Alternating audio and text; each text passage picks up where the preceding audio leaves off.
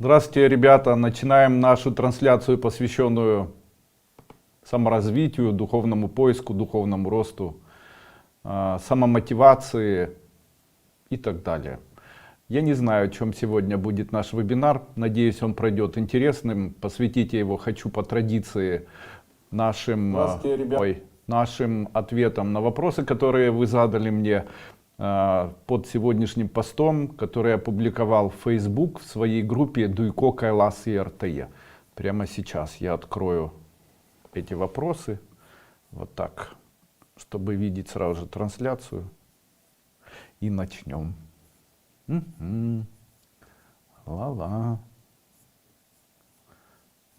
Куда-то делось. Вот, нашел.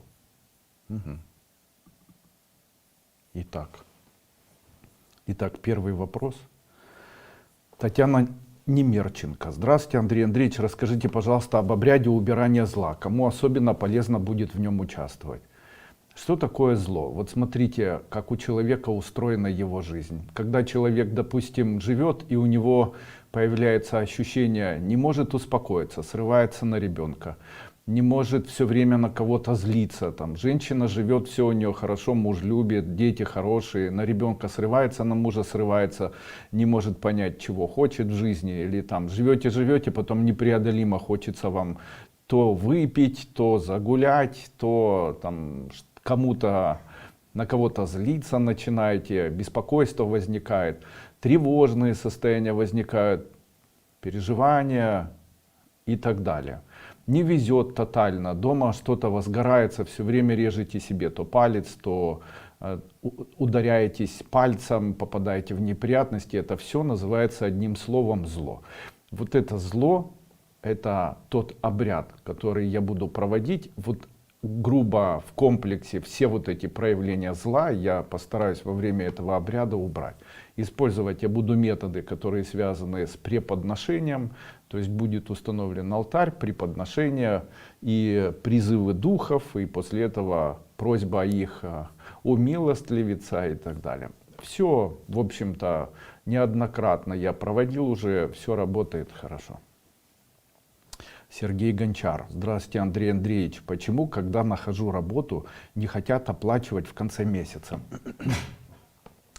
Когда человек начинает работать с другим человеком, он должен знать, что в случае, если он с этим человеком роднится, становится к нему близким и добрым, становится или очень хорошие у него отношения с этим человеком, то есть такой вариант, что этот человек не захочет с ним рассчитываться, потому что друг может подождать, к другу можно относиться несерьезно и так далее. Второе. Когда вы работаете с другим человеком, будьте максимально серьезными. То есть, когда вы максимально серьезны, то не извиняйтесь. То есть, вот смотрите, вы совершили ошибку, не извиняйтесь. Вы как-то не так себя ведете, не извиняйтесь. То есть, делайте так, чтобы не были вы смешны в глазах другого человека. Также обычно рассчитываться хотят с тем человеком, у кого есть заслуженный авторитет. Именно поэтому ставьте преподношение или ставьте позиционирование своего авторитета как специалиста в этой области превыше всего. Я сделал, я смог, мы бы этого не смогли, вот со мной видите, как получается, ну вот я же говорил. То есть старайтесь быть авторитетным в этой области, и тогда с вами будут 100% рассчитываться. Наталья Руд. Как правильно дать обет учителю для выздоровления, если нет плохих привычек и от мяса не откажешься по медпоказателям? Второй вопрос. Не даю таких рекомендаций никаких, никакого обета, не знаю, о чем вы говорите. Второй вопрос. С детьми собираемся переезжать в Литву. Муж пока едет туда работать один. Все будет хорошо? Да. Хороший вопрос. Особенно важно, что четверг. Привычек нет, а заболеваний несколько. Заболеваний в четверг отпустить нельзя, к сожалению. Такого обряда провести с отпусканием заболеваний в четверг, ну, такого не бывает. А вот привычку можно в четверг отпустить. Анни Гелашвили. Хочу открыть косметическую лавку, какой обряд или код почитать, посоветуйте, пожалуйста. Я уже говорил и хочу еще раз сказать, когда человек открывает что-либо и собирается проводить какой-либо бизнес, он должен произнести многократно слово «нравится». То есть вот вы собираетесь открыть косметический отдел. Вы подходите и начинаете говорить: нравится полочка, нравится это, нравится как обита, нравится как лежит коробочка, нравится как там тумбочка, нравится еще что-то. Вот и ходите вокруг вашей косметической лавки и произносите: нравится это, нравится это. Если вам нужно дорогу протоптать, допустим, к этому месту, возле которого или в котором вы будете торговать, то вы должны делать так. Допустим, возле входа в ваш торговый центр или в этот магазин идет поток людей или идут люди. Вы становитесь в этом месте и говорите: нравится плитка вот здесь, нравится там чашечка здесь, нравится как отсюда вид вот туда, нравится вот здесь. И медленно идете к своему месту, там где вы торгуете. Когда подошли к месту, накручивайте, то есть начинаете ходить против часовой стрелки, потому что против часовой стрелки мы притягиваем, по часовой стрелке мы отталкиваем. Таким образом, кружитесь против часовой стрелки или ходите по кругу против часовой стрелки вокруг своей витрины и произносите слова: нравится бутылочка, нравится как стоит, нравится, что в середине, нравится. То есть фактически вы ставите вот такие программы того, чтобы человек пришел и ему это понравилось. Второй вариант: мне не нравится. То есть есть же люди, которые могут покупать из-за того, что им не нравится. То есть вторая программа точно так же работает. Человек заходит в торговый центр и нужно произносить: мне не нравится это, мне не нравится это, мне не нравится это. Точно так же идете к своему прилавку, и после чего подходите к нему, смотрите на эти баночки и произносите. Пока шли, произносите: мне не нравится, и витрина не нравится, и продавец не нравится, как лежит не нравится. После этого: мне жалко денег покупать это, мне жалко денег покупать это, мне жалко денег покупать это, мне жалко денег покупать это. Оканчивается все словом: все равно куплю. Таким образом вы одновременно или одномоментно ставите программу на тех людей, которые хотят купить и заплатить, получив от этого радость. И второе, ставите программу для тех людей, которые хотят прийти и получить страдания от того, что они купили. Ну, ответил, да. Ольга Рудая. Не устаю говорить большое спасибо за марафон 6. И за вашу работу с группой. Уверена, скоро доходы увеличатся. Хочу вам сказать большое спасибо за ваш ответ на марафоне, что я пройду границу с заблокированным выездом и улечу на отдых. После этого взяла тур и беспрепятственно вылетела на море. Выполнила практики первой ступени по проходу границы. Спасибо большое. Пожалуйста. Елена, имеет ли какой-то эзотерический смысл закапывания денежных монет в горшок с цветами? Недавно в горшке, где некогда рос, но увял цветок, нашли 2 монеты по 2 евро. Не могу вспомнить, подарены ли были этот цветок или уже куплен мной. Хочется знать, это просто ура, клад нашли? Или стоит задуматься, зачем и кто это сделал? И что лучше сделать с этими деньгами? Я вам песню спою. Несите ваши денежки, иначе быть беде. Ни горы, ни равнины и ни лес. Не океан из моря и песков. То есть помните этот фильм знаменитый, который называется «Приключения Буратино»? А поле чудес, в стране дураков. Рекс, пекс, фекс. И почему я спел эту песню? Что делали кот Базилио с лисой Алисой? Они что сказали? Сделать Буратино. Они сказали: закопать эти деньги. Скажите, вы когда-нибудь слышали такие слова, которые звучат так? Да, закопали в фундамент миллионы долларов. Или, ну а как дела? Дела глина. Так вот, я хочу вам сказать. Никогда в своей жизни не совершайте обряды по закапыванию денег в землю. Дело в том, что это очень негативно скажется на материальном благополучии вас. Почему они у вас оказались? Дело в том, что очень часто люди, они по наитию начинают заниматься эзотерикой. Ну, почему так происходит? Дело в том, что эзотерика — это такая наука о тайном, и кажется, что тот человек, который постигает эзотерические учения, он способен быть достигнуть всего, что хочется ему на протяжении своей жизни. То есть достигнуть реализации человеческой. Какой это человеческой реализации? Ну, конечно, это банальные такие моменты. Это хорошая семья, это, конечно же, возможности, это, конечно же, может, слава, почет, уважение, но материальное благополучие, свое имущество, здоровье, конечно, на первом месте. Ну и здесь сразу же хочется подметить. И человек, вот он тянется к эзотерике, потому что ему кажется, что это простой путь. Почему? Но дело в том, что если мы рассмотрим детей, которым там 9-10 месяцев, и посмотрим, к чему они тянутся, то обычно они тянутся к розетке. Правильно? То есть ребенок почему-то, сам этого не понимая, очень часто тянется к розетке. То есть всунуть пальчик, палочку и так далее. Я даже детям всегда говорил своим: только это Вава, потому что страшно было. Ну вот много же игрушек есть и много вокруг всего, но почему-то ребенка всегда прельщает самое такое, наверное, предметы, которые имеют максимальную опасность для его дальнейшей жизни. И тут сразу же вопрос: ну почему же так устроено? Что же притягивает ребенка? Его притягивает опасность. Также и эзотерика, она притягивает людей, потому что она, и вы должны знать это, уважаемые ребята, эзотерика опасна для людей. Если человек, почему? Ну она плохая или нет? Ну вы сами скажите, электрический ток, он плохой или хороший? Но электрический ток, он в общем-то очень хороший, если уметь им пользоваться, если знать, как это все устроено, если есть знания определенные.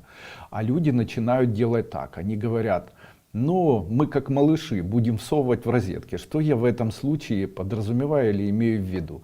Они начинают там, допустим, слушать каких-либо людей, которые советуют и дают советы, допустим, там, посей деньги в горшок, поливай его, они вырастут, сделай это на Луну.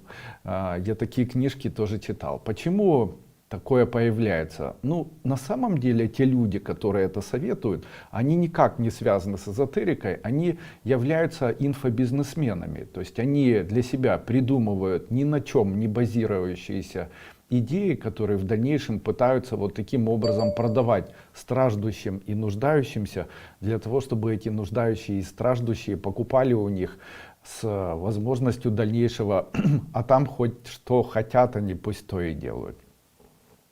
Так вот появились публикации в огромных количествах в интернете, и там кто на что гораст. Начни поливать денежное дерево, посади монетки в денежное дерево, дальше приклей монетки на денежное дерево, сделай дерево, на котором повесь монетки, это будет привлекать удачу. Дальше что там я еще видел?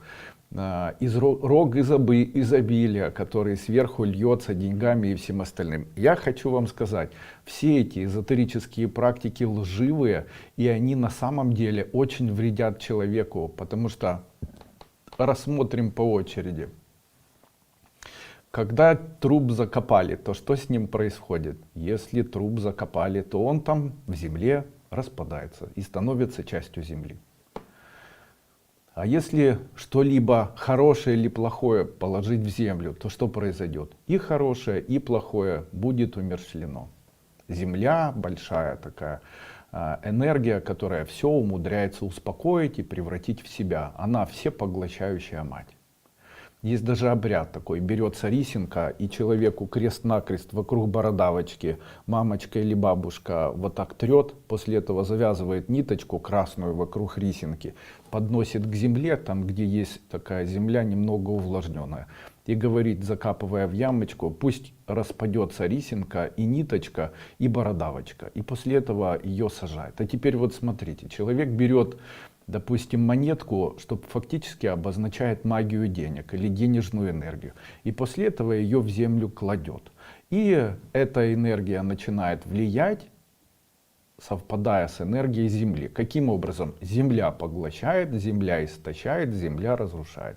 Таким образом, если гипотетически человек берет свои деньги, проводит какой-либо обряд, о чем-то просит, и после чего сажает в куст или сажает куда-то в землю, то скорее всего у него не только не будет денег, у него категорически надолго, а может быть даже навсегда этих денег не будет. Конец ему вообще с деньгами. Под какое хотите дерево ложите. Второе. Второе. Минус. Можно ложить настоящую серебряную монету в землю при застройке дома. То есть можно закопать в землю серебряные монеты. Почему? Закопанные в центре вашего помещения серебряные монеты, они отпугивают злые сущности. То есть в случае, если есть там дух этого места, если есть дух этого помещения, если есть вот такие духи, они, в общем-то, не доказать, не опровергнуть их существование невозможно. Но я в своей практике встречал такие помещения, в которых есть прям настоящий полтергейст. То есть часто падают чашки, там дети становятся одержимыми сексуальными там желаниями, муж дома становится совершенно неадекватный, но выходя на работу становится нормальным. Это все говорит о том, что есть вот такой блуждающий дух. Обычно эти духи живут либо в чулане где-либо, там в подземелье каком-либо, либо они в туалете где-то находятся. Для того, чтобы этого не было, надо там положить серебряную монетку. Кстати, если муж очень сильно нервный и очень сексуально встревоженный, можно так сказать, то положите серебряные монетки в туалете, и этого человека его отпустит. Ну и вернемся все-таки к теме. Поэтому в случае, если что-либо вы начинаете вкладывать в землю, что-либо, то то, что вы вложили, это распадется. Ну и если положить серебряные монеты в землю, то этот дом будет освящен, духов не будет. Также можно положить крест серебряный, большой серебряный крест, но его необходимо положить правильно, чтобы голова креста была на юг, а ноги на север. Таким образом будет все добавляться, но крест надо выбирать такой, чтобы он был с ровными, не удлиненными, а с ровными краями такими. Золотые монеты по кругу еще необходимо положить, как бы в каждую сторону этого креста. А золотые монеты дают благословение. Земля может это благословение. Земля, она фактически является женским началом. Золото при этом является надеждами и желанием человека. Именно поэтому золото, вложенное, допустим, в землю, освещает эту землю, а серебро очищает. Таким образом, золотые и серебряные монеты можно, а все остальные, особенно евро и все остальное, не стоит. Ну, сполна ответил. А по поводу обрядов, там сверху поливать или представлять рог изобилия, об этом я говорил на первой ступени. Вода, она же смывает все.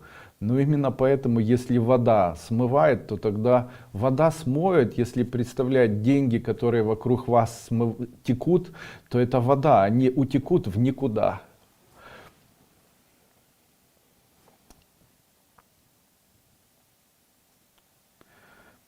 Арна Асатурова. О, такая красивая у вас фамилия. Асатура Шамка моя. Асатура Шамка Камая. Гавинда Намо. Карма моя. Видите, мантра есть такая. Асато Асатурова. Итак, Андрей Андреевич, вижу постоянно одинаковые цифры на часах. 21, 21, 11, 11, 10, 10, 17, 17. И вот случается ссора с кем-нибудь после этого. Уже пробовала, когда вижу, улыбаться и говорить: а мне вы нравитесь, не помогает. Подскажите, как избавиться от этого, и может что-то мне нужно сделать, а я не понимаю, что именно. Спасибо. Понять здесь несложно. Необходимо цифры между собой сложить. Если вы сложите между собой цифры, то они вам смогут понять, что же необходимо делать и на что обратить внимание.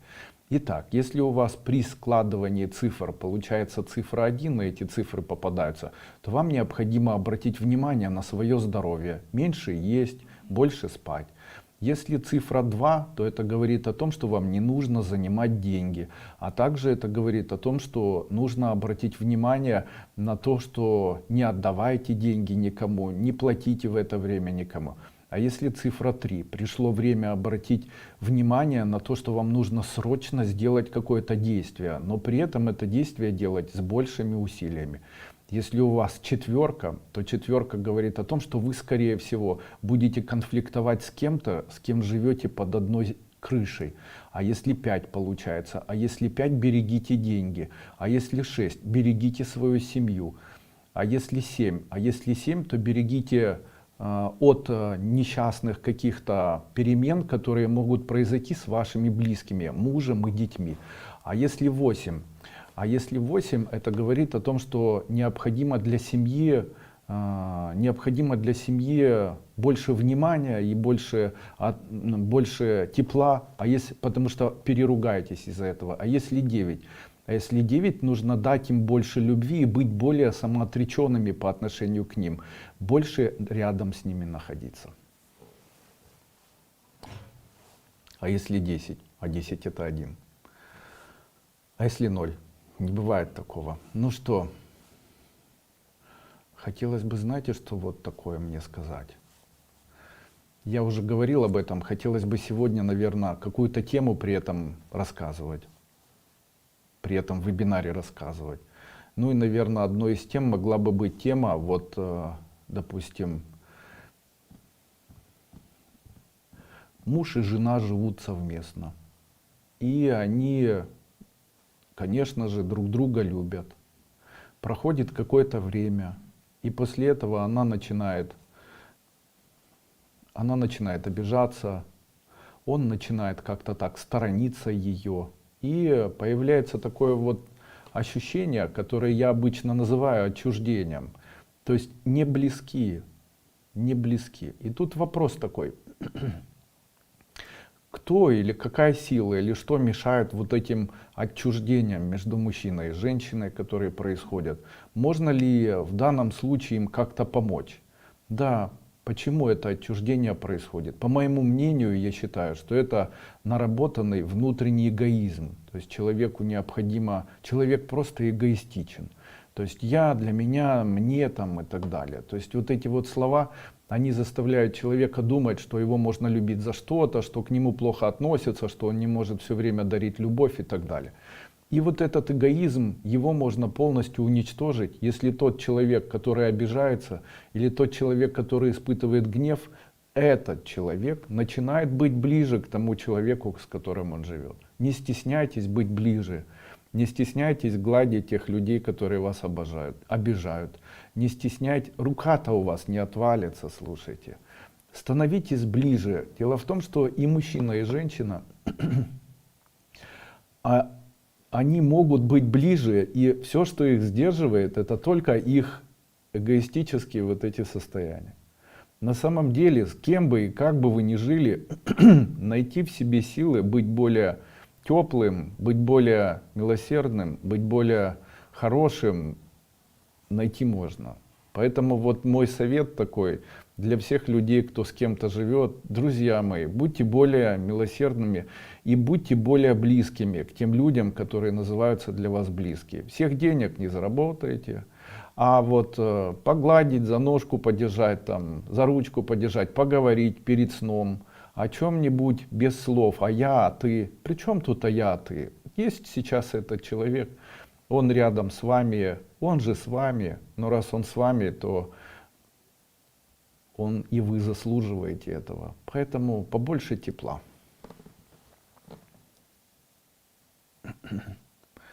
Анна Гербись. Здравствуйте, Андрей Андреевич. Скажите, пожалуйста, наверное же существует магия на засолку капусты и других овощей? Да, существует магия. Смотрите, магия, она такая смешная. Когда будет полнолуние, необходимо взять гвоздь железный и его вбить так, чтобы луна светила, и необходимо гвоздь железный вбить в землю. После того, когда луна сойдет, начнет убывать, гвоздь необходимо достать и его положить в подвал. Вот если будет в подвале, из него можно, кстати, выковать кольцо какое-нибудь или сделать из него подковку, там червячок, я не знаю, что хотите. Если вот такой гвоздь положить себе в подвал, то никогда не будет портиться ни капуста, ни соленья, ни все остальное. Это проверенный такой метод, он действительно работает, мне очень нравится. Почему-то вспомнил за коня. Есть такой обряд, который в субботу делают. Берут подкову черного коня, и в субботу берут эту подкову, и из этой подковы у коваля, как его, коваль правильно говорить, да, есть такое слово коваль? У кузнеца, вот. у кузнеца дают ему эту подкову, и кузнец должен выковать кольцо. Это кольцо необходимо одеть на мизинец любой руки. Если носить на мизинце любой руки, на протяжении нескольких недель исчезают все камни в почках. Проверено ли это? Да, я знаю это 100%. Народный способ по устранению камней в почек, я их знаю тысячи. Один из самых эффективных — это использование двух растений. Одно называется, ну простых каких-нибудь, одно называется рыльца, а другое название еще баронец или трибулус. Необходимо высушить одно и другое, между собой смешать в равной пропорции. 1 столовая ложка вот этой смеси на стакан кипятка, пьется этот кипяток 1 стакан в день. Какого бы размера у вас не были камни, принимаете на протяжении 2 месяцев, вы идете к врачу, камней не будет. Проверено вот на 100%. Можно ли приобрести трибулус и можно ли приобрести траву рыльца? И одно и другое можете приобрести, связавшись с операторами моего сайта. Я вам продам. Анжелика Рахмудинова. Здравствуйте, дорогой учитель. Здравствуйте, Анжелика. Я сегодня потеряла ключи от дома. Не могу понять, при каких обстоятельствах. Помогите, пожалуйста. Давайте. Пусть Анжелика Рахмудинова сегодня и завтра до обеда найдет ключи. Лариса Ларионова.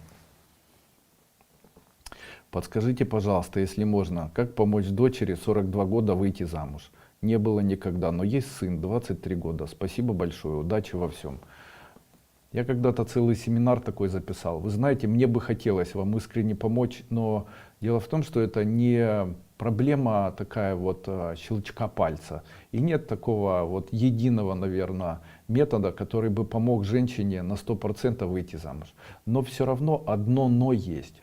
Я заметил, что женщины, у которых есть больше чувств того, что им нравится жить, которые возникают у них в виде чего-то такого теплого. То есть, знаете, есть вот хорошее слово, оно называется доброта. Вот если такая доброта есть в человеке, то она может создавать ощущение в центре грудной клетки чего-то теплого и приятного. Наверное, именно это ощущает женщина в тот момент, когда она рожает или получает на руки ребенка. Ну, опять-таки, скорее всего, это не все женщины ощущают. Есть такие, которые ничего там не ощущают. Так вот, вот такая доброта внутренняя, которая человек, опять-таки, это я не говорю о качестве каком-то, я говорю о чувстве. Вполне физиологическом чувстве, ощущения, которое возникает в центре грудной клетки. Его можно назвать условно, ну, неидентифицированным. То есть это ощущение такого тепла, распирания, может быть радостное какое-то. Вот его можно в себе выработать или найти, или вспомнить что-то. И вот это ощущение, если женщину научить в тот момент, когда она думает о мужчинах, общается с мужчинами, в этот момент ее научить создавать или чувствовать вот это чувство в центре ее груди, то, скорее всего, это будет для нее магнитом, который очень быстро привлечет в ее жизнь мужчину, который захочет с ней жить. Проверено. Там женщина одна написала мне в Вайбере: Андрей Андреевич, я никак не могу справиться со своим мужем, мой муж очень гулящий, и я с ним разговариваю, он мне говорит: ты понимаешь, мне одной тебя мало, я не могу, мне нужно все время кого-то искать, я куда-то там хожу. То есть вот такое страшное что-то происходит. И она говорит: ну, если честно сказать, то и у меня такие ощущения есть, потому что я тоже все время хотел об этом чего-то и так далее. То есть вот семья живет вот в таком омороке или мороке, морочит их что-то.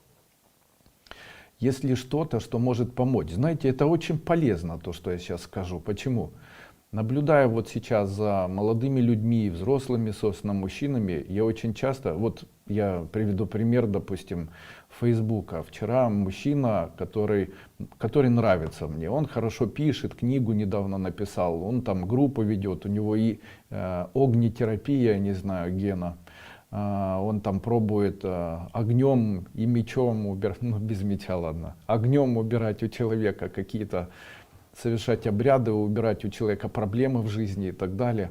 Так вот, он написал вчера статью. В этой статье он буквально написал сначала в начале о духовности и сексуальности, что не нужно отрываться и так далее, и так далее. А вы знаете, что, конечно, его понимаю, он без жены долго живет, у него видно, ему видно, хочется, гормоны там требуют и так далее. А очень часто мужчина блокирует возможность того, чтобы рядом с ним появилась женщина, именно только из-за того, что у него очень сильное желание секса. Это нормально, это естественно, потому что так природа устроила. Она хочет, чтобы люди продолжали род. Мужчина желает, женщина там еще что-то хочет и так далее. Ну и чем мощнее у женщины, чем вернее мощнее у мужчины вот это желание выплеснуть это наружу, то есть проявить себя сексуально, показать сексуальность и так далее, тем меньше шансов у этого мужчины быть каким-либо привлекателем в глазах этой женщины. Я очень часто вижу мужчин и женщин, которые специально одевают там, женщин, вернее мужчин, которые специально красят волосы, которые там выбривают бровь себе, которые там стараются быть гламурными, ну несчастные люди на самом деле. И позиционируют они себя таким образом. Я понимаю, почему им хочется интимных отношений, но это наоборот отталкивает.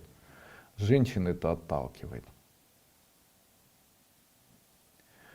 Так вот, мой совет такой. В случае, если мужчина, а много мужчин, которые живут там до 40 лет, до 45 или там с 20 до 45-50, вот для многих мужчин это пункт. А вы знаете, что природа так устроена, если мужчина 20 часов думает об этом, а сейчас как бы невозможно об этом не думать, то есть постоянно какая-то информация, она есть в Ютубе, в Гугле, еще где-то, вот эти порно-видео, сайты, постоянно там на сайтах, где можно смотреть фильмы, какие-то такие триггерные картинки, где там постоянно там фотографии женщин и так далее, намеки, бесконечные чаты, сайты, знакомства и прочее, прочее. И у мужчины происходит вот такой сбой. Ему бы нужно было бы думать о деньгах, о том, как квартиру купить. Ему нужно было бы думать, возможно, даже о духовности, потому что возраст уже, в общем-то, взрослый. А ничего не может с собой сделать, потому что там маякнуло, там кто-то написал, там о чем-то подумал. И все, понимаете, в баню сходил. И после этого человек становится... Там первый год, в общем, не обращаю внимания, второй год там обращаю внимание, третий год сильно обращаю внимание, четвертый жить уже без этого не могу, пятый все виноваты и так далее. То есть у человека вот формируются вот эти страдания, они имеют даже определенные названия в том числе и в психиатрии, и в том числе в медицине и так далее. Видно таких мужчин, они агрессивные, они вспыльчивые, обычно не хватает интимной жизни. Можно ли им как-то помочь? И, конечно, знаете, тут нужно думать о том, как заработать. Ничего не могут делать, им нужно думать о том, как не заработать, а кого бы найти. При этом идей таких, что они хотят женщину, чтобы с ней постоянно жить, не возникает. То есть секс на первом месте. И такие женщины тоже есть. Что я могу посоветовать? Есть очень хороший обряд, это в старинных книгах написано, это в книгах таких написано, как, допустим, Упанишады, это написано в эпосе. То есть очень много есть рекомендаций, которые помогают человеку не сбиваться с пути. Что это такое? Это, извините, это оборачивание вокруг своей талии корсета. То есть человек должен взять корсет, такой плотный, и на протяжении вечера, когда он дома находится, или протяжении дня, когда дома находится, очень сильно затянуть этот корсет. Как это устроено? Там находится вторая чакра. Если вторая чакра живет как попало, то есть она выпячивается, энергия идет там как попало, то весь организм начинает подчиняться действию вот этой второй чакры. В случае, если мужчину или женщину затянуть в корсет очень сильно, то, как ни странно, у них исчезает желание. То есть они начинают его контролировать. Особенно рекомендую пузатым мужчинам, там, женщинам с красивой большой вперед выдающейся талией. Так что теперь вы знаете, если дети у вас такие, их затяните. Во-первых, ну сделайте так, чтобы никто не видел. Второе, это действительно поможет. Сразу же, ну нет такого, что я буду в корсете дальше смотреть порнографию. Ну нет, отпускает мозги, человек лучше начинает жить. Применяйте.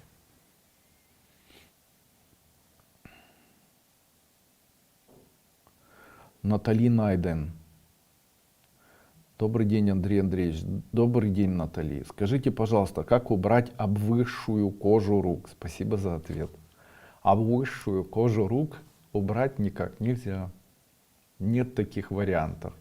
Я на самом деле сколько лет практиковал медицину и, в общем-то, практикую эзотерику и так далее, еще не встретил ни одного такого случая, чтобы можно было бы каким-то образом убрать обвисшую кожу рук. Сделать это нельзя. Почему? Потому что происходит ригидность мышечной мускулатуры, она приводит к тому, что появляется обвисшая кожа, человек худеет, ну и все, и дальше никуда. То есть это нужно отрезать. Без ножа никак. Инна Волошина. Добрый вечер, уважаемый Андрей Андреевич. Спасибо вам за эти учения. Скажите, пожалуйста, когда соблюдаешь 9-й день, можно пить препарат ТФ? Можно. И можно этот день посвящать чему-либо, или он уже посвящен? Этот день, он посвящен обычно вашей молодости. То есть, если человек на 9-й день своей жизни постится, то этот 9-й день его жизни посвящен посту во имя молодости. Если человек на протяжении жизни будет поститься каждый 9-й день своей жизни, то есть на 9-й день ничего не есть и будет это делать 1 год, на протяжении 1 года он помолодеет на 10-15-20 лет. Это 100%. При этом изменения происходят, и лицо подтягивается, и глаза становятся светлее, и волосы меняют цвет, и ногти лучше растут и так далее. Но пост должен быть такой, тотально одна водичка. Марина Данилюка или Данилука. Вопрос про животных и выполнение практик. Вы уже рассказывали много раз. Большая просьба, расскажите еще раз, хорошо. Если собака будет в другой комнате за закрытыми дверями, то можно ли слушать шумы и читать коды? Можно они с закрытыми, пусть будет рядом. Не будет ли как-то негативно на щенка воздействовать? Нет, не будет. Как поступать с животными во время заседания РТЕ? Пусть сидят. Также не обязательно будем на обряде 13 ноября. Как правильно поступить с собакой? Достаточно ли будет, если он будет за закрытой дверью? К сожалению, на вот этом обряде не нужно, чтобы собаки находились рядом, но и не нужно их вообще выгонять куда-то в чулан садить. Если он может полежать, а судя по нему, он может полежать в любом другом месте, поэтому ему поставите тарелочку где-то, и ваша такая прекрасная и красивая, просто потрясающей красоты собачка отдохнет в другом месте. Я люблю животных, мне нравятся животные. Я люблю людей, мне нравятся люди. Но жить с животными я не могу. Почему? К сожалению, мне мешает аллергия. И это единственное, на что вот у меня есть аллергия, это пух котов и пух собак. Не знаю, ничего сделать с этим не могу, хотя больше ни на что аллергии нет. Может, это в детстве себе что-то придумал. Людмила Шестакова. Как эзотерически, если бы у меня была возможность иметь животное, я бы хотел иметь корову. Она красивая, она красная, они добрые, они все время жуют. Я бы рядом с ней медитировал, смотрел бы на нее. Она такая красивая. Они такие добрые, знаете, я смотрю на коров, вот, и мне всегда так нравится. Вот для меня, ну, если кому-то интересно, мое мнение личное, самое, наверное, прекрасное животное, которое на земле когда-либо видел по качествам своим, это корова. Она не страдает, она не мстит, она живет своей жизнью. Такое ощущение, как будто она находится все время в состоянии духовного адвайта и просветления. Ее можно доить, она запросто там рожает ребенка, а детей не отказывается, всегда верная, знаете. Ну и коровки они такие, они добрые, они не дерутся.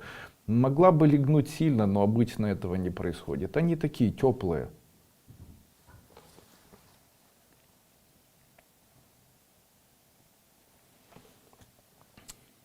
Людмила Шестакова. Как эзотерически можно сделать, чтобы ребенок перестал ночью вписываться? Вписываться. Для того, чтобы не было у ребенка энуреза, возьмите горчичные семена. Возьмите горчичные семена в виде семян. И каждый вечер, перед тем, как ребенок будет ложиться спать, высыпаете ему чайную ложку горчичных семян, они очень мелкие. И после этого, чтобы он запивал их водой. Делайте это на протяжении 1-2 месяцев, это совершенно безопасно для ребенка, но это уберет у него энурез. Вообще о магических свойствах горчичного масла я рекомендую очень использовать людям, у которых есть парез, допустим, послеинсультный парез или тетрапарез. То есть там не работает или нефункционально работает какая-то часть тела. Очень помогает горчичное масло. Намазывайте горчичным маслом конечности, которые не работают, делайте массажи, помогает действительно, вот проверено.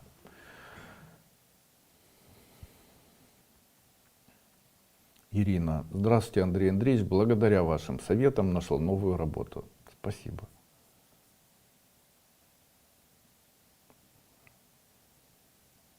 The Best Channel. Как думаешь, Карлос Кастанеда описывал правду про Дона Хуана? Ну, у меня нет основания не верить ему. Мне очень нравятся книги Карлоса Кастанеды. Ну, сложно сказать, знаете. Дело в том, что если изучать традицию, наверное, астральной левитации, то я бы мог вам посоветовать посмотреть мой семинар, который называется «Астральная левитация. Вторая часть». И в этой астральной левитации, которую я даю, я объясняю, на чем основаны знания Карлоса Кастанеды, кто такой был Дон Хуан, что вот это такое точки сборки, как можно у себя это увидеть быстро и переместить. Потому что когда читаешь книги, допустим, Карлоса Кастанеды, то огромное количество возникает таких вопросов, на которые он, к сожалению, в своей книге не отвечает.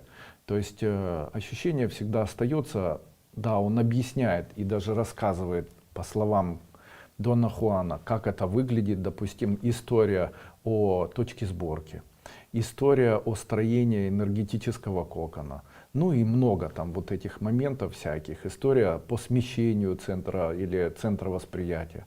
И после этого Дон Хуан дает рекомендации, он рассказывает, но сам Карлос Кастанеда, он не объясняет подробности и не объясняет тактильные практики этого всего. То есть ты вот что зачем. То есть было бы вот очень правильно, если бы он говорил следующим образом: я лег, после этого у меня расслабились, там, конечно, я провел аут-тренинг. То есть я начал считать там, или наоборот, я начал сосредотачиваться на этом, или я там вот это делал. После этого мне показалось, что вот это произошло. Я отключился, подключился. После этого яркое ощущение вот этого. То есть вот это чуть-чуть пропущено.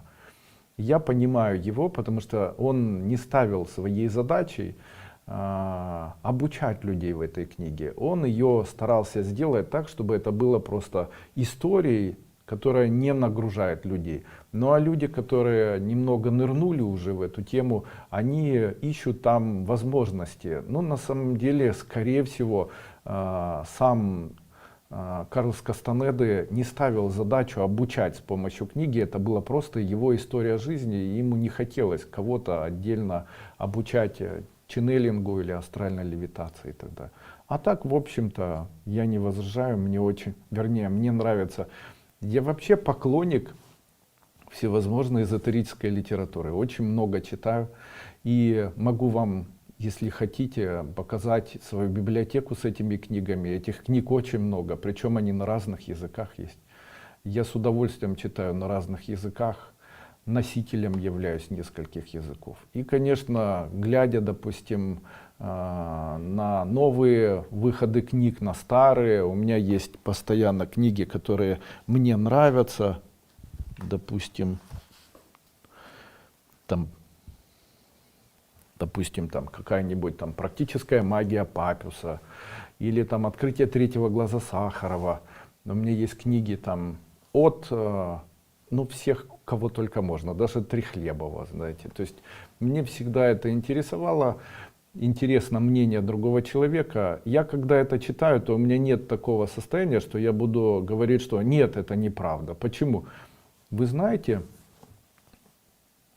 в этом мире тот человек, который скажет, нет, это неправда и в этом ничего нет, будет первым, кто сделает ошибку. Я считаю, для себя уважительно отношусь к абсолютно любой информации, уважительно отношусь к любой противоречивой информации. Почему? Я ни за, ни против. Просто когда я читаю, я понимаю, что теперь я это тоже знаю. Ну и этого достаточно. Просто иногда так бывает, допустим, люди описывают там описание, допустим, мира людей атлантов. У атлантов были принцы и были принцессы, они жили, они там и то у них было, и то. Но это все воспринимается человеком читающим как информация, которую он воспринимал в школе своей, как информацию, которую он получал при изучении истории. Ну и в этом случае человек немного запутывается, потому что история, которая у нас преподавалась в школе, она у нас точной считается наукой. То есть это было так. Там были половцы, доказательства, вот картинки, изображения с того времени, наконечники и так далее. Или, допустим, были там Великая Отечественная война, Рокоссовский, доказательства, вот он существовал, его год рождения. Была Великая Отечественная, конечно, есть истории, которые там не так или иносказительно, или еще как-то как бы искажают со временем, делают это принципиально, с какой-то задачей индивидуальной, там какие-то страны или какие-то люди. Но вот когда мы к этой истории относимся, то мы к ней должны относиться как к науке. А когда мы читаем вот такую литературу, которая требует от нас досконального доверия, то нужно перед этим произносить несколько раз себе слова, что это всего лишь гипотеза. Что это гипотеза существования атлантов, что это гипотеза там, появления чего-то, что это гипотеза. Почему? Но это гипотетическое. То есть там у них были короли, одну звали так, одну звали так. Кто сказал? Ченнелинг, это Лена сказала, там она сказала там еще кому-то. Ну, она, ченнелинг, это может быть галлюцинация, наведенная галлюцинация, это может быть фантазия человека и так далее. У нас же сознание творческое, мы можем в обычном состоянии и в необычном состоянии можем много себе придумать, особенно если ты девочка. То есть там недавно я смотрел, как одна женщина говорит другой женщине: Дуйко, он маг, он на тарелочке летает и так далее. Ну, что только не покажется женщине, знаете, в тот момент, когда она закрытыми глазами смотрит там куда-то. Ну, это, конечно, всегда очень смешно, знаете, я обычно смотрю на этих людей, ни доказать, ни опровергнуть невозможно. Смотришь на людей, там одни в Ютубе там записали видео обо мне, и это видео, там, он говорит, у Дуйко харизматичная душа, и эта душа там чакра закрыта, и эта душа, нет никаких подселений, но эта душа, она впервые здесь рождена и так далее. Ну и здесь такой вопрос. Как воспринимать эту информацию? Она доказательно. Если доказать, то как доказать? Или опровергать, как опровергнуть? То есть, ну, на что нужно опираться? Ну хорошо, такая душа, но почему нужно в это верить? Или там женщина говорит, там, он там летает, там поставил серебряную пластину. Ну почему? Кто может это доказать или опровергнуть? То есть вот верь мне и тотально верь, потому что я решила, что я вижу это в виде галлюцинаций.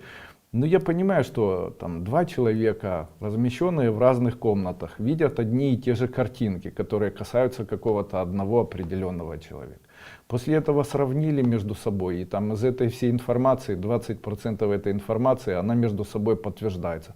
Но вот тогда можно было бы сказать, что если эта информация даже у двух людей подтверждается, то тогда эта информация может быть точной или вероятнее всего с небольшим отклонением в сторону точности, ну и так далее. А когда там вот я придумал, я так сказал, не доказать, не опровергнуть, не что-то сделать, смотришь на этих там, он плохой. Ну почему он плохой? Ну потому что я так решил, потому что так нельзя. Ну молодец. А кто хороший тогда?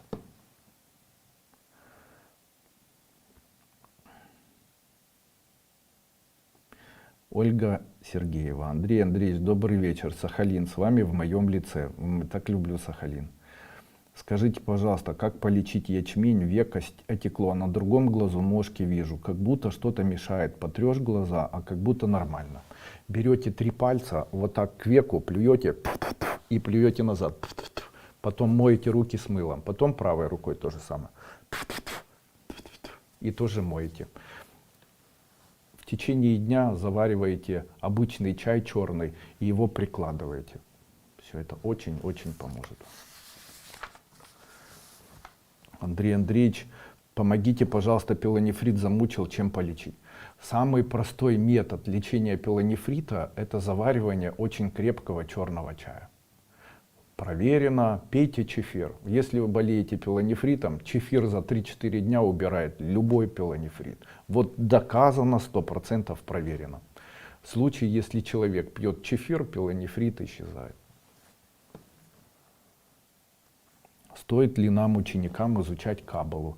Здесь необходимо сказать, какую вы задачу ставите. Вы знаете, в свое время меня очень заинтересовал вопрос материализации. В советское время и постсоветское время, нужно сказать несколько слов просто о моем, допустим, развитии, вот как я развивался. Я находился какое-то время на территории Москвы. Работал я там в определенном месте. Мне не стыдно сказать, я на базаре работал. И очень начал заниматься активно эзотерикой. Очень повлияла на меня эзотерика Юрия Лонга. На самом деле Юрий Лонга был моим другом. Мы вместе знали людей, которые находились на территории Украины. Так как он сам из Запорожья, фамилия его Иванько. И меня познакомил один мой друг нерусской национальности с этим человеком. Вот, он на меня повлиял. Чем повлиял? Он начал мне говорить о материализации, начал показывать мне элементы материализации. На самом деле я сейчас понимаю, что это были фокусы. На меня это очень ярко так, особенно ярко повлияло. И всю жизнь я думал о том, что хорошо было бы научиться материализовать. То есть материализовать более конкретно. То есть взять, допустим, там золотое украшение, представить его и так, чтобы оно появилось на руке и так далее. И я начал этим заниматься. То есть сначала я искал силы, которые могут помогать этому материализацию свершиться. Потом я начал искать идеи и так далее. И вот что у меня начало происходить. Первый раз. Я начал представлять, будто в моей руке находится золотая цепочка. И согласно методам материализации, уже там связанными с Кагью и Дзогченом, я начал представлять, будто начал читать мантры материализации.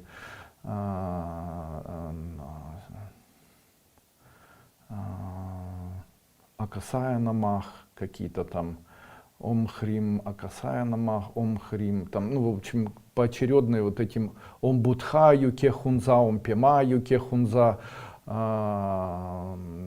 сейчас Ом Падмею Кехунза, Ом Пемаю Кехунза, Ом Акасаю Кехунза. И плавно создавая вот эти поля этой материализации, то есть у меня это происходило. Я даже начинал ощущать, будто у меня в руках появляется вот эта золотая цепочка. На то время мне очень хотелось золотую цепочку, 100-граммовую такую. И вдруг у меня сумасшедшая неприятность. Прямо сумасшедшая неприятность. Меня обвиняют в чем-то. Я этого не делал ничего. Причем там просто хватают на улице, и у меня такие неприятности там. И они прямо настоящие неприятности, ничто не подразумевало какой-то гадости. Я всегда был добродушным, теплым человеком, честным таким, знаете, благородным, всегда за слова отвечал. Среди мужчин всегда завоевывал почетное место человека. Вот у меня всегда были клички такие, там Головуня. И я потом спрашивал у мужчины, я говорю, почему меня Головуней называете? Ну, потому что ты запоминаешь хорошо, потому что ты умный, потому что вот ты как-то все так четко это все рассказываешь и так далее. Ну и качество, наверное, сосредоточения на какой-то задаче вот мне помогало. А здесь прямо такая неприятность, нереально. И при этом я в этом всем не виноват, и эта неприятность затянула, и мне долго очень она мешала. Потом я забросил эти, все решилось. забросил эти практики. Второй раз у меня было в Турции. Я занимался ювелиркой, привозил в Украину ювелирные изделия и делал закупки ювелирных изделий в Турции, в Стамбуле, в компаниях Favori, Дживали и там так далее. То есть я покупал большими партиями, здесь в Украине открыл ювелирные магазины, также сделал сеть ювелирную, где продавал успешно, слава богу, эти ювелирные изделия, смог заработать на этом достаточно приличные деньги. И занимался я этим сам, потом нанял людей, которые этим всем занимались. Ну, я никогда не скрывал, что до эзотерики я был очень успешным предпринимателем, фактически являюсь им и сейчас, и не бедным человеком, собственно говоря. И когда ехал я из Турции, отправил я товар, сделал предоплату, мне этот товар сюда в Украину через неделю-две должны были перевезти. И почему-то у меня какой-то заскок произошел такой. И я вечером, когда находился в номере, а номер назывался прямо в Лалали или в Аксарае, уже не помню, где-то в Стамбуле. И вечером ходил я, сам тогда я был, и пошел куда-то вниз, спустился там в Лалали, покушал какой-то еды, там возле порта там поел рыбы какой-то в ресторане, иду обратно, и у меня новый заскок. Думаю, а ну-ка я себе буду представлять, будто я в руках держу алмаз большого размера, такого 6 карат. 10 карат. И вот иду и вновь начал читать Аюке Помза и так далее. Иду, тру этот алмаз в своей руке, после чего возвращаюсь я. Утром мне нужно улетать, в 10 часов я уехал в этот аэропорт, и меня в этом аэропорту на 2 или на 3 суток арестовывают, держат, перевозят куда-то в стамбульский какой-то там, и там по непонятным причинам. Потом оказалось, что это вообще недоразумение, что очень похож на другого человека, что посчитали, что я другой человек. Никто передо мной, также в наручниках меня привезли, посадили на самолет и отправили меня в эту Украину. И третий раз была такая же ситуация. Она была уже в Египте, то есть ничего не предвещало беды. На протяжении 7 дней после каких-то там своих эзотерических изысканий я начал вновь практиковать практику, представляя в своей руке дорогое украшение. И после этого у меня были неприятности, связанные с полицией Хургады. Меня продержали несколько дней там в тюрьме, и после этого по необъяснимым причинам одели наручники и отправили в Украину. И тут я задумался, ужас, я задумался, что ж такое со мной происходит. Всегда одно и то же, то есть я представляю вот это, и задался целью, и задался таким вопросом, чтобы высшие силы, вы можете мне не поверить, и я доказать не могу, но очень часто именно эти силы отвечают мне на такие вопросы. И я задал такой вопрос, я задал, почему, когда я представляю или материализую, то у меня что-то такое вот происходит. И мне было сказано, когда человек материализует, то он ворует. И у него от того, что он ворует, появляются неприятности. Поэтому сначала неприятности, а потом материализация. И было сказано, что если ты переживешь эти неприятности и будешь продолжать материализацию, то тогда будет получаться. Но знай, в этом мире все уже кому-то принадлежит. Так не бывает, что камень, который огранили у кого-то лежит, он просто исчезнет и будет у тебя. Почему? Это хоть и выглядит как перемещение, но все равно фактически является воровством. А за воровство нужно отвечать по закону. Но только в эзотерике. Ты же сначала хотел украсть, ты эзотерически украл. Ну а после этого за то, что ты украл, тебя нужно наказать. Как? Физически это первая часть материализации. То есть теперь тебе милиция. Ну а второе, но если будешь продолжать, то тогда следующим этапом будет то, что оно у тебя появится. Вот так. Поэтому я вас убеждаю, друзья мои, если вы занимаетесь этими практиками, не начинайте. Ну а опять-таки по поводу каббалы и так далее. Какую вы ставите задачу? В случае, если вы ставите задачу всепознания мира и так далее, то, наверное, каббалой можно заниматься, если у вас есть корни иудейские. Кстати, по поводу Сахалина хотел бы сказать несколько слов. А вы знаете, что фамилия моя Дуйко, она происходит от названия реки, которая называется Дуйка, которая находится на Сахалине. Она сейчас называется Александровка. Дед моего отца был родом оттуда, потому что они там жили, а там именно находился Антон Павлович Чехов, потому что у него есть записки северные. Я не знаю точно, как называется произведение, не хочу обманывать. Я не готовился к семинару. И вот в этих записках он упоминает как раз о реке Дуйке. И там жили люди, которые были цыганами.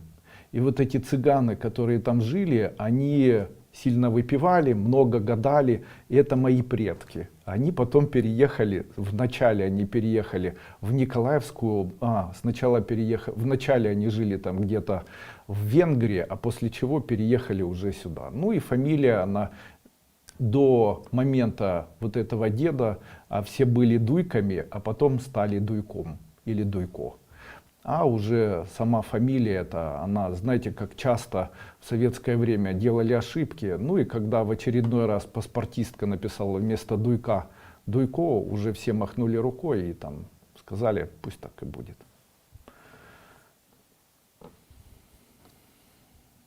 Надеюсь, вам интересно вообще, что я сегодня наговорил.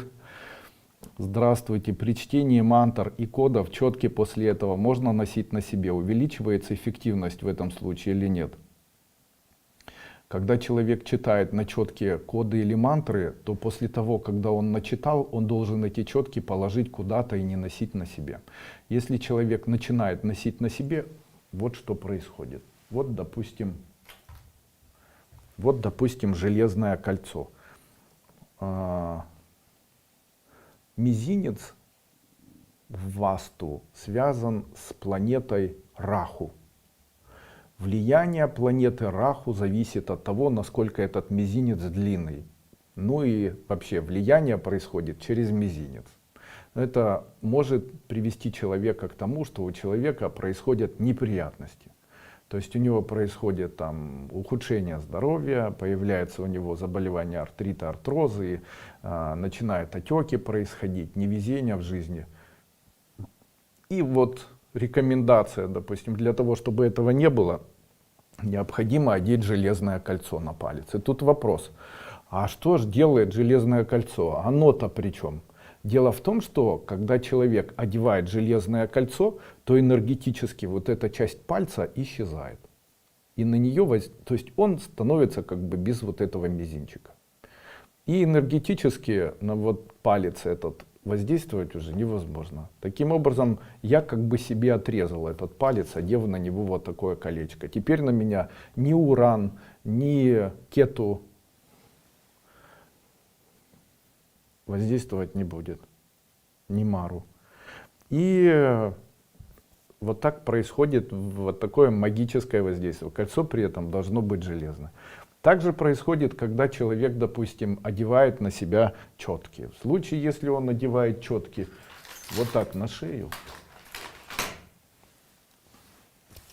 то такие четки, которые он надевает на шею, фактически отрезают ему голову.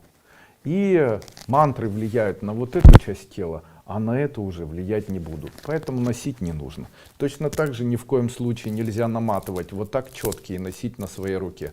Почему? Это считается моветоном, плохим вкусом.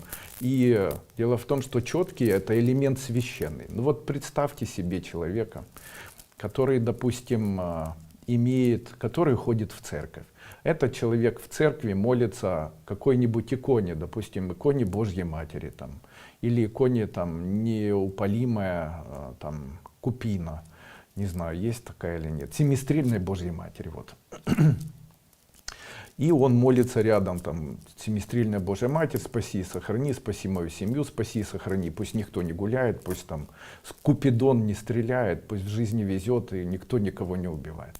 И после этого ставит свечечку и так далее. И после того вопрос такой, Андрей Андреевич, а можно мне икону эту носить на себе? Сделать ее в виде ранца или одеть ее себе на шею и носить? И тут такой вопрос, зачем?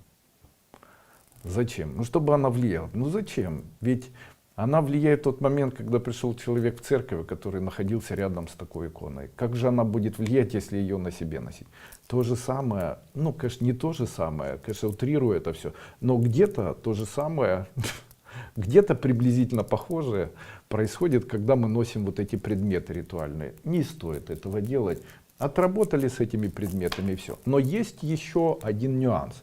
Когда мы приезжаем в Индию, мы очень иногда, вернее, не очень часто, потому что сейчас это редко, ну, хотя можно приехать куда-нибудь в Пандичери или там, в Тирупати или ну, в какие-нибудь города, которые связаны с религией шиваизма или которые связаны с индуизмом, и увидим там йогов. И иногда у этих йогов мы видим на голове, видим где-то на теле обмотанные четки. Так я хочу вам сказать, что данные четки для них не являются четками, на которые они читают мантры. Или они с этими четками не работают. Почему? А что же это за четки? Вот часто видим на них четки рудракши. Рудракша — это четки, которые связаны с верностью. То есть человек, который одевает на себя четки рудракши, он дает клятву. Он дает клятву, допустим, саньясина, который дает клятву никогда не сходить с поставленной задачи. То есть он дает клятву, допустим, молиться и в своих молитвах упоминать только Кришну, там, Шри Баладжи, Говинду или там кого-либо еще. Там, и он, для него это его сила. То есть, когда он говорит, нет сил больше, может помолиться другому Богу, после этого руки прикладывает к этим четкам и говорит, нет, я верный, и моя верность, она дается мне с помощью вот этой рудракши. И так каждые четки, которые носит на себе йогин, они имеют определенное значение. Там лотос — это геройство, желание быть сильным, достичь чего-то. Черные, ну, как бы отомстить кому-то или достигнуть состояния такого полного отречения и дальнейшего, там, то есть человек, одевая на себя черные четки, произносит себе клятву, что сейчас меня беспокоит в моей жизни то-то, то-то, я считаю, что это является для меня помехой для моего духовного развития, и одевая данные четки, я обещаю себе или даю обет себе полностью устранить и полностью отречься от того, что меня беспокоит. И после этого, когда у него появляется желание, он прикасается к таким четкам и говорит, помогите мне, или там силой моего учителя, или там силой моих знаний, или силой моего посвящения, или еще чем-то.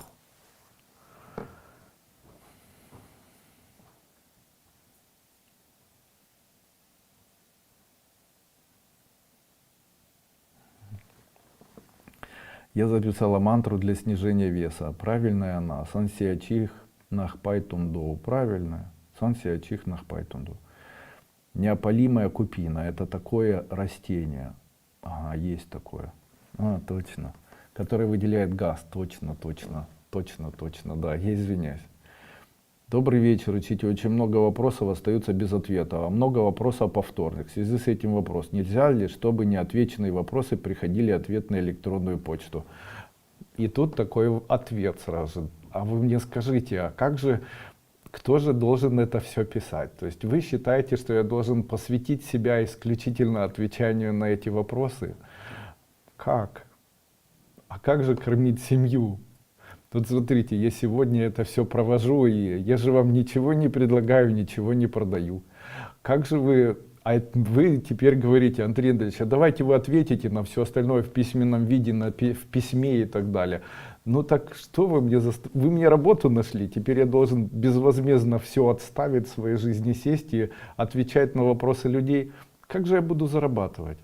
С чего же я буду жить, друзья мои? Эх. И так все бесплатно, знаете. Шумы выложил бесплатно, тренажеры выложил бесплатно, ступень выложил бесплатно. Вот так вот встречаюсь с вами и даю информацию, там, ни рубля у вас не прошу. И, в общем-то, это не намеки на то, чтобы вы за что-то платили. Да. Зара Мустафаева. Андрей Андреевич, всегда желаю всем добра. Переживаю, если кто-то с кем-то ругается. Люблю, когда вокруг меня радость, смех. Стоит ли мне всерьез обидеться? У этих людей что-то происходит плохое. Что это? А вы не услышали, что я в самом начале сказал? Вы обрели силу. Эта сила называется сила угнетения эгоизма. Если рассмотреть допустим, любые абсолютно религиозные доктрины, то в этих религиозных доктринах говорится о том, что человек достигает эзотерического, магического могущества в том случае, если он может оседлать свой эгоизм. Где об этом говорится? Это говорится в Бхагавад-гите. И, конечно же, я с этим абсолютно согласен. А как человек может это все у себя контролировать и как он может проявлением своей доброты? Единственное, что может у человека полностью устранить его, допустим, как развить, что может сделать человека энергетически сильным, энергетически мощным? Внутреннее состояние доброты.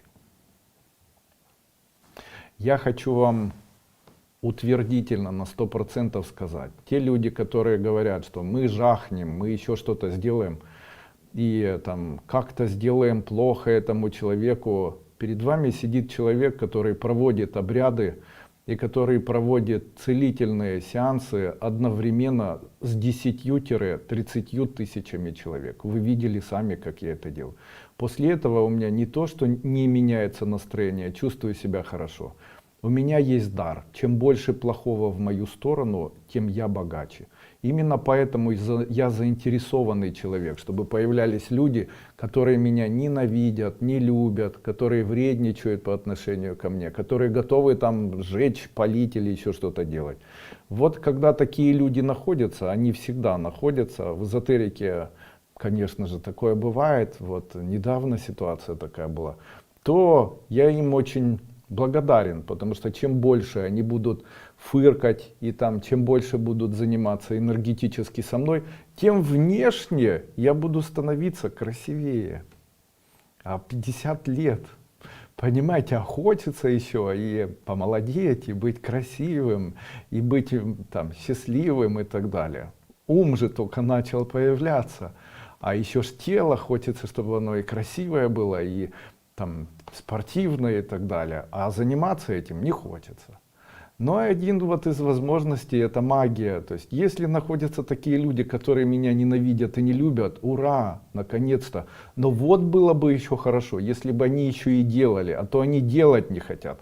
Они только фыркают, глазами там мотыляют, а делать не хотят. Почему? Ну, я ничего не делаю для этого. Они фыркают ночью, я утром помолодел. Говорю, о, отлично. После этого заключил договор с какой-то компанией, заработал дополнительно денег. Почему?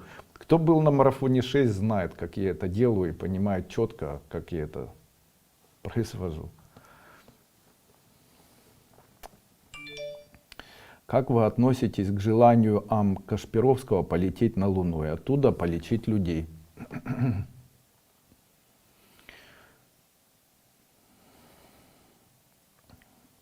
Со своей стороны хочу сказать, что благодаря тому, что я в свое время посмотрел сеансы Кашпировского и увидел, как эти сеансы Анатолия Михайловича Кашпировского подействовали на близких мне людей, по непонятным мне причинам, для меня это было просто подтвержденным многократно воздействием. Спустя годы я это все изучал и могу сказать, что то, чем занимается Анатолий Михайлович, не является гипнозом, это не гипнотические сессии, это не внушение. Сейчас чуть-чуть я начал разбираться конкретно, что он делает. Спасибо ему за это, он как бы это все рассказывает и делает это постоянно. Я с успехом пользуюсь теми методами, которые Анатолий Михайлович с успехом, с которыми Анатолий Михайлович, сам этого не подозревая, с успехами делится. Тем не менее, хотелось бы сказать, я ему очень благодарен. Я даже с этим человеком встречался когда-то, это было в Виннице. Я был вместе с Марией Петровной Левицкой. Она работала в больнице вместе с Чижиком. И вот он в отделение тогда пришел в психиатрии. Я находился рядом с этой Марией Петровной Левицкой и вот с Чижиком, не помню его фамилию. И Мария Петровна ему говорит: Анатолий Михайлович, я вот полная как мне стать худее? И он говорит, рот зашей себе. И меня не заметил, я достаточно молодой парень был на то время. Ну и мне ничего от него не нужно было, хотя я приходил к нему на сеанс, мне очень интересно было, это расширяло глаза. Но с того времени я четко, еще с детства, я четко начал понимать, что я бы хотел быть таким человеком, который разбирается в том, что делает Анатолий Михайлович. По поводу Луны, если он начнет собирать деньги для того, чтобы полететь на Луну, то я первый ему их дам. Хоть какое-то количество в знак благодарности того, что этот человек в действительности много сделал для людей.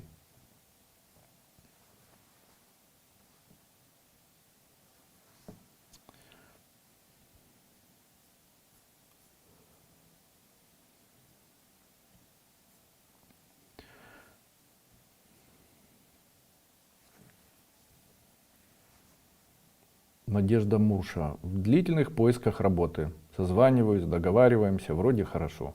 Радуюсь, вдруг СМС. Извините, нашли другую работницу. Вернулась прежняя. Или мы вас будем иметь в виду в следующий раз. Все общения только по телефону. 4-5 отказов договоренных подходящих работ. Сегодня дома сидел со своей женой, говорю, она вот дети начнут у нас расти, и Слава уже достаточно взрослый, и вот хорошо было бы их обучать там чему-то, пусть они обучаются уже, давай выберем для них, может, какие-то направления, ты же можешь просмотреть, скажи, кому там чем заниматься и так далее. И когда я с ней разговаривал, я говорю, а как ты видишь вообще их жизнь? Давай мы их не будем заставлять работать на нас. Почему? Потому что я бы не хотел, чтобы мои дети вообще когда-либо на кого-либо работали. Я за то, чтобы они работали на себя. То есть одна из задач, которые я буду ставить для себя, это возможность или дать возможности своему ребенку всегда работать только на себя и ни на кого другого. Почему? Я считаю это хорошей задачей, очень хорошей, к чему говорю. Сегодня очень хороший был там комментарий, женщина написала, Андрей, спасибо, начала делать бастурму, начала продавать, получается там тушенку и так далее. Я хочу сказать, что да, действительно, стремитесь не работать на кого-то, а стремитесь что-то делать сами. Сейчас, благодаря большому количеству вот этих бесплатных курсов, благодаря большому количеству обучающих курсов, там, как связать шапочку, там, как из ниток сделать то-то, то-то, как закатать огурцы, как там сделать какие-то джемы, соки и так далее. Это все можно делать, и этим всем можно заниматься для того, чтобы в дальнейшем продавать. Но не нужно быть теми людьми, которые стремятся на кого-то работать. Не нужно. А если вас не принимают, то это говорит о том, что, ну вот смотрите, допустим, человек хочет себе няньку. И к нему приходит женщина, которая может выглядеть неопрятно, плохо пахнуть, она может быть заторможенная, она может бояться, она некоммуникабельная, она может показаться хамовитой, неухоженной и так далее. Ну и отказывают. Вы же помните, что встречает по одежке, а провожает по уму. Именно поэтому делайте так, чтобы там нарядно прийти, посмеяться, с этими детками поиграть. Ну вот так как-то. Ну, вы же тоже должны для себя понимать, что приходя куда-то на работу, вы фактически являетесь товаром. То есть вас извините, конечно же, вы не товар, вы человек. Тем не менее, человек вас нанимает прежде всего не как человека, а как специалиста, как товар специальный какой-то, который вот вы должны продать, а он за это должен заплатить деньги.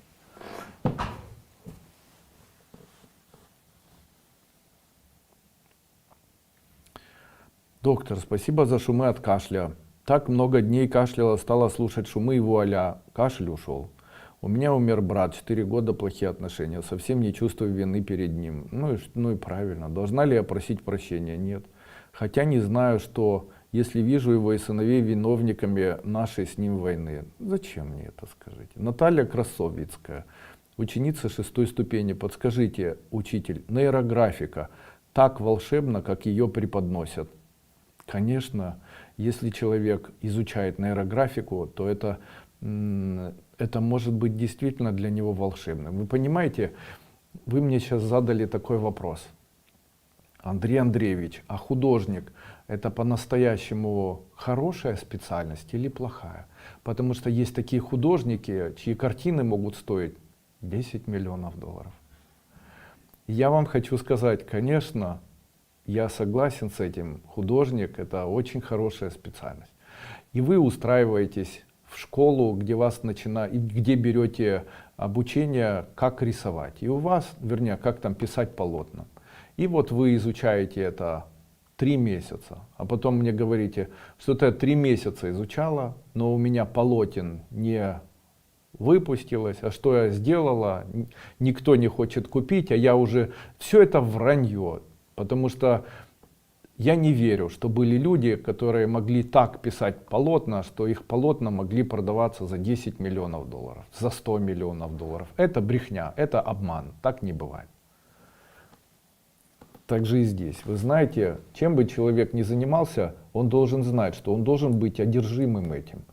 Одержимой картами Таро и популяризацией, допустим, предсказываний, человек может сделать очень хороший канал YouTube и быть популярным. Доказательство. Тысячи ютуберов сейчас есть и блогеров, которые ведут каналы в YouTube, у которых гадают, у которых никто не смотрит. И тысячи есть тех, которых смотрят, к которым обращаются, которые нравятся.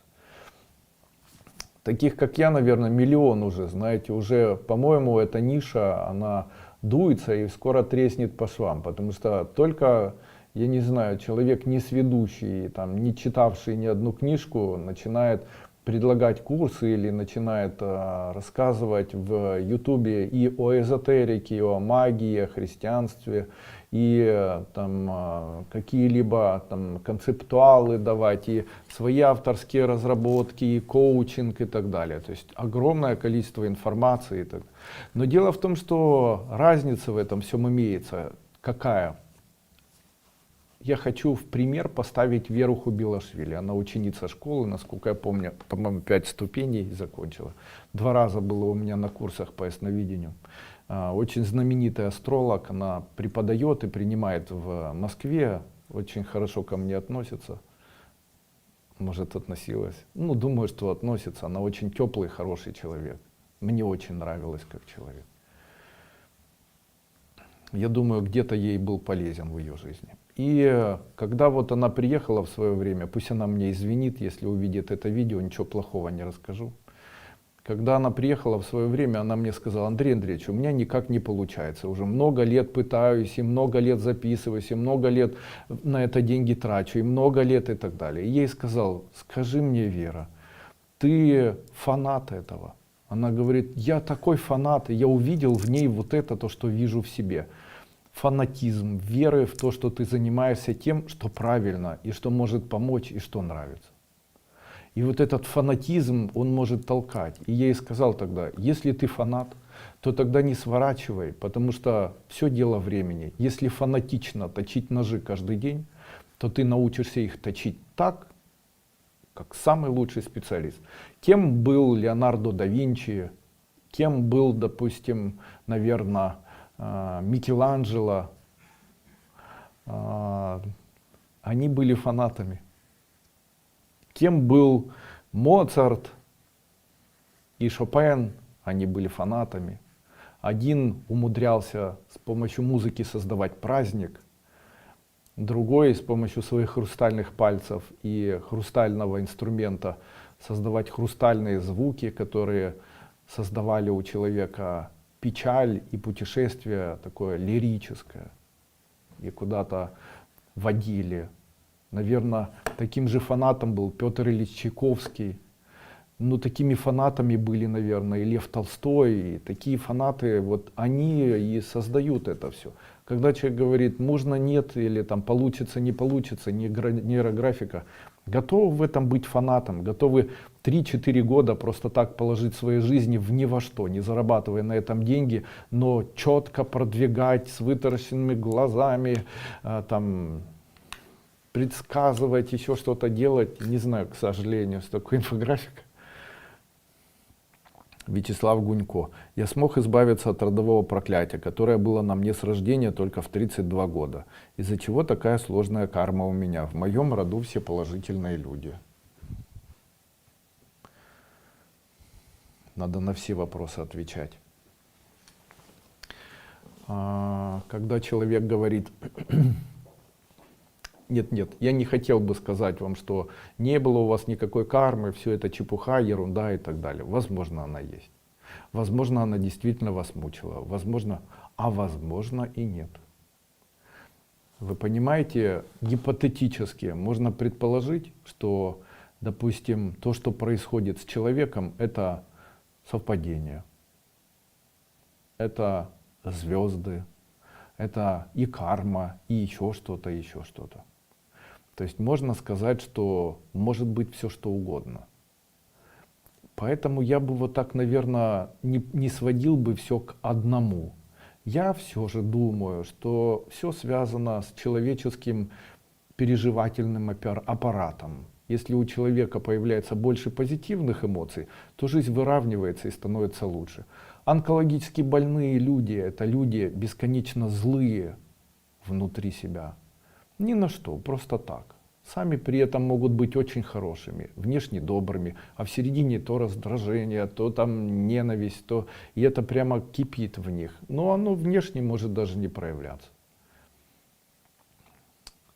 Качества характера могут очень влиять. Поэтому, когда вы начали исправлять этот аппарат, видимо даже, с помощью тех людей, которые говорили вам о карме, но при этом они занимались вашим самоисцелением, с помощью вашей психологической, психоэмоциональной корректировки. То есть они говорили, что там не нужно так реагировать, нужно быть более теплым, нужно быть более терпеливым, там, можно, и вы сами делали выводы, и таким образом и карму эту перешагнули. Ксения Кучеренко. Здравствуйте, Андрей Андреевич. У меня начала развиваться дальнозоркость. Что это значит в эзотерике? Спасибо большое за ответ. Когда ребенок растет, то ребенок растет по принципу «все интересно». И когда ему все интересно, то все пытается рассмотреть.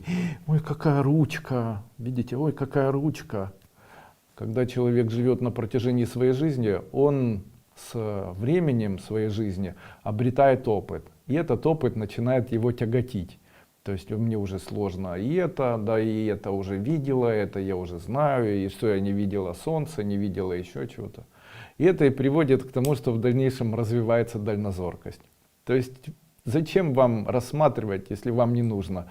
И у вас отпускается зрение, что вы там не видели-то в этом мире-то, что вас может удивить-то еще, как начать восстанавливать дальнозоркость и перевести ее так, чтобы нравилось. Начните рассматривать. Ой, как красиво, какая красивая, ой, какие красивые, ой, как нравится и так далее. Найдите тысячи в день идей таких, чтобы вас могло удивить и чтобы вам очень нравилось. Дальнозоркость исчезнет. Ну что, хороший получился у нас вебинар или нет? Если быть добрым, и это сделает тебя счастливым, это настоящее чудо. Ваши знания мне очень помогают в трудные моменты. Вот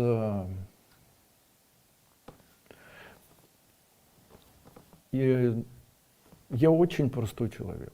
Я маленький ребенок, который вырос в своей семье в Карповке Крымской области, Красногвардейского района. В нашей семье отец был трактористом, он был хорошим человеком. Мама, он очень много работал, рано вставал в 5 утра, работал на тракторе в обед. До обеда он работал, окучивал эти все там, виноградники, я не знаю, чем он там занимался, на гусеничном тракторе. А вечером переходил на поливалку, вечером он опрыскивал эти виноградники ядохимикатами для того, чтобы заработать больше денег. А вечером еще и шел там, через день или через два, и брызгали они вот этими поливалками, я не знаю, орошения, обрызгивали поля. Это происходило много-много лет, я его фактически не видел. В те моменты, когда он приходил домой, я уже спал. А в те моменты, когда он уходил, я еще спал. И ему было тяжело, мама тоже, ей было тяжело. Я всегда брал на себя ответственность, потому что старался максимально помочь семье, потому что семья была большая. Все нуждались и так далее. Потом были у меня за моими плечами и много всяких путешествий, и много всяких и смешных, и не очень приключений были за плечами сейчас у меня в моем возрасте. Перенесенное онкологическое заболевание, перелом лица у меня был там, и перелом рук и ног, и несчастные отношения, и несчастная любовь, и многократно кидалово, когда я бизнесом занимался, и очень много всего.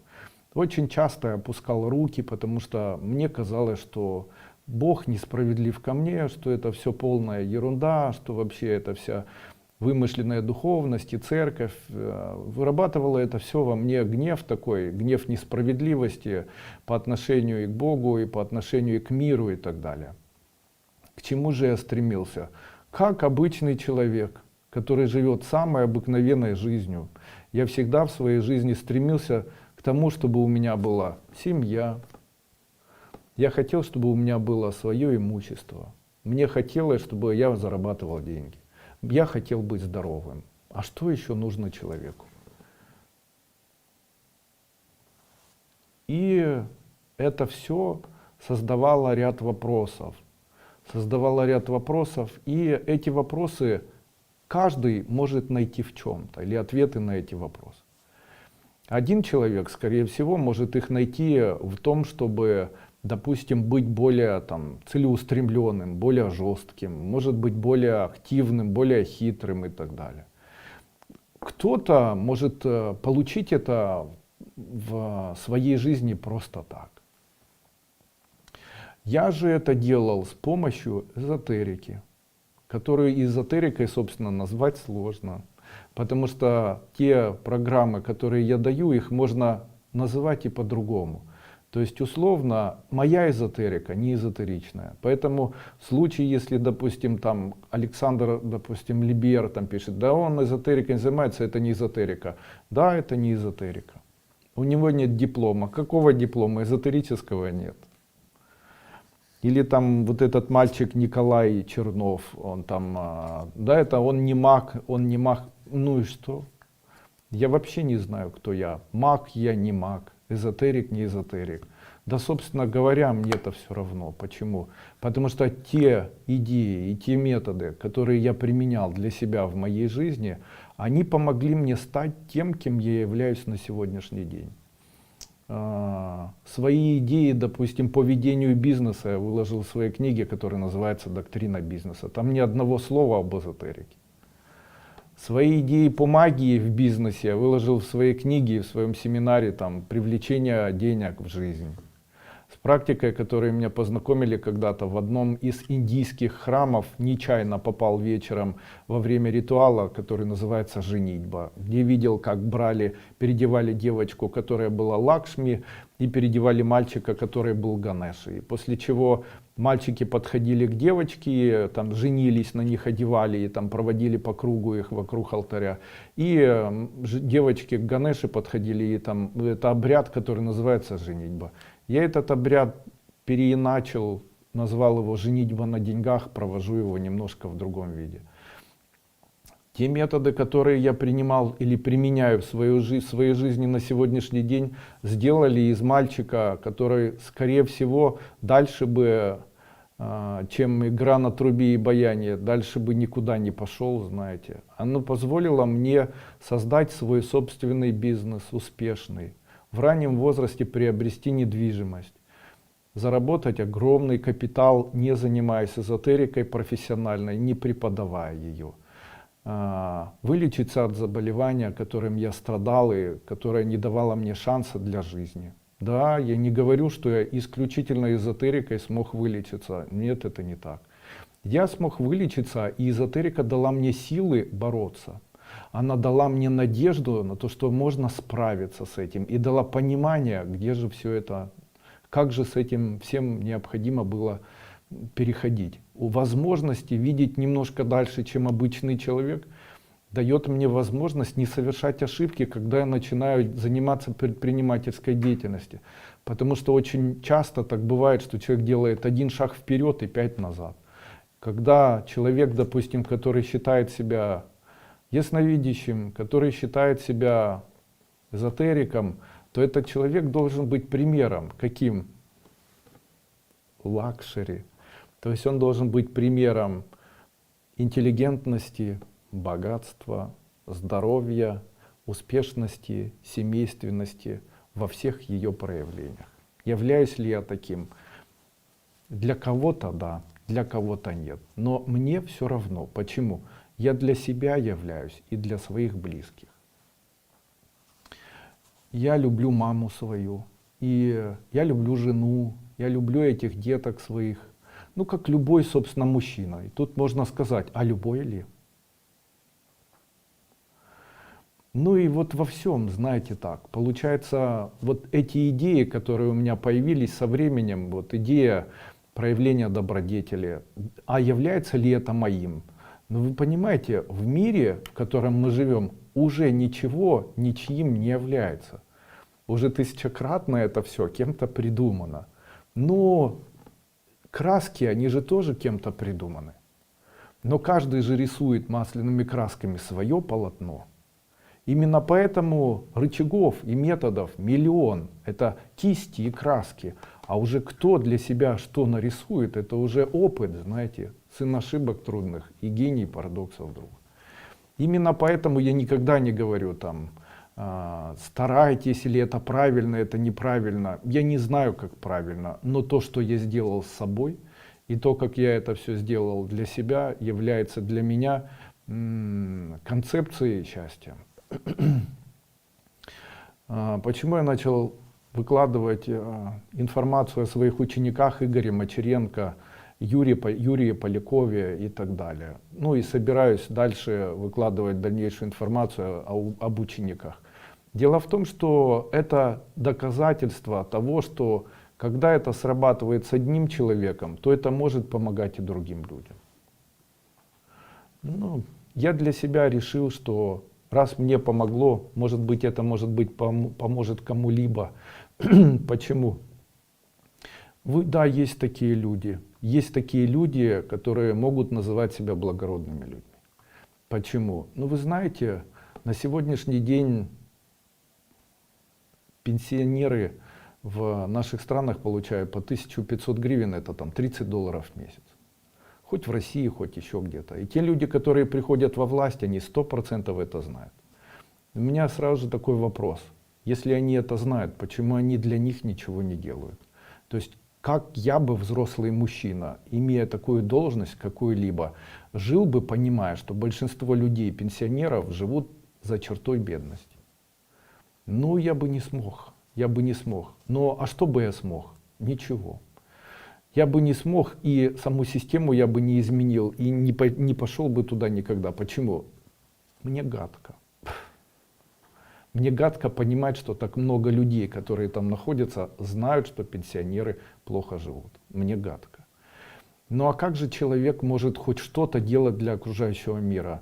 Вот такой задачей или такую цель я для себя поставил и решил еще раз напомнить вот в таком вот виде человечеству о том, что благородство существует, о том, что жажда наживы может не стоять на первом месте, о том, что существует альтруизм, о том, что существует честность по отношению к семье, о том, что можно быть ближе и теплее относиться к тем людям, которые рядом, о том, что можно промолчать, о том, что можно проявить нежность, когда даже на тебя человек орет, о том, что обижаться не обязательно, о том, что можно, изменив отношение к деньгам, зарабатывать больше, о том, что, зная что-то, можно быть здоровым и так далее, и так далее. Ну и это, в общем-то, в большинстве своем выложено мной в бесплатном доступе. То есть это выложено в бесплатном доступе. Тут сразу же тогда скажи, почему шум от вирусов был удален. А с шумом от вирусов получилась история такая. Начали блокировать в Гугле и в Ютубе всю мою деятельность. И я решил, что мне легче без этого шума, чем с ним. Поэтому я его удалил. И, в общем-то, сейчас все приходит на свои позиции. Поэтому за этот шум извините, если там кому-то не понравилось. Я очень сильно, в общем-то, подпортил себе репутацию, создав такой шум, потому что много очень было и на разных языках, в разных, особенно в Воксе, публикаций по всему миру о том, что не верьте, такие шумы там не работают и так далее. Ну, знаете, я не пытаюсь никому ничего доказывать. То есть С кем-то работают, с кем-то не работают. Оно бесплатно, да. Хочешь ешь, хочешь уходи. Вот, по-другому никак. То же самое с тренажерами. Оно работает, не работает. Хочешь смотри, хочешь не смотри, как хочешь. Первая ступень, там все глупость. Хочешь смотри, хочешь не смотри. Я же не говорю во время этих вебинаров, что только вот это правильное, давайте только вот это, все покупайте первую ступень, все идите на Сангая, только вот этим занимайтесь. Да вообще все равно. Я зарабатываю деньги по-другому. Мне в моей жизни тьфу-тьфу-тьфу, хватает. Сколько человеку нужно?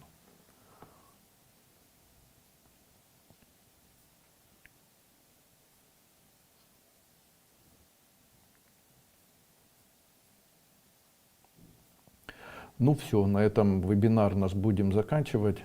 И хотел бы сказать вам, после того, когда закончится данный вебинар, обязательно поставьте свои комментарии под данным вебинаром. Дело в том, что это все дает возможность поисковой системе обнаруживать этот вебинар и в дальнейшем его делать так, чтобы другие люди могли прикоснуться. Хотя, знаете, вот оглядываясь на начало этого вебинара, очень сложно, наверное, представить, кому же эта информация нужна будет. Но, может быть, она кому-то нужна, может, кто-то найдет, что я там говорил. Там была полезная информация, говорил, что можно там бородавку убрать. Или я говорил о том, что там как женщине, допустим, замуж выйти. Пусть это будет кому-то полезно. Хорошо, ставьте комментарии. Чем больше комментариев, тем быстрее будет это достигать каких-то показов в Ютубе, и тем больше будет это показываться. И, наверное, кто-то что-то там найдет. Ну хорошо. Всем хорошего вечера, будьте счастливы. Ищите себе учителей и старайтесь быть похожими на тех людей, которые вам преподают. Если этот человек счастливый, если в глазах его любовь и радость, если он живет со своими близкими и счастлив, если этот человек здоров, тогда обучайтесь. Если перед вами человек, который страдает, орет,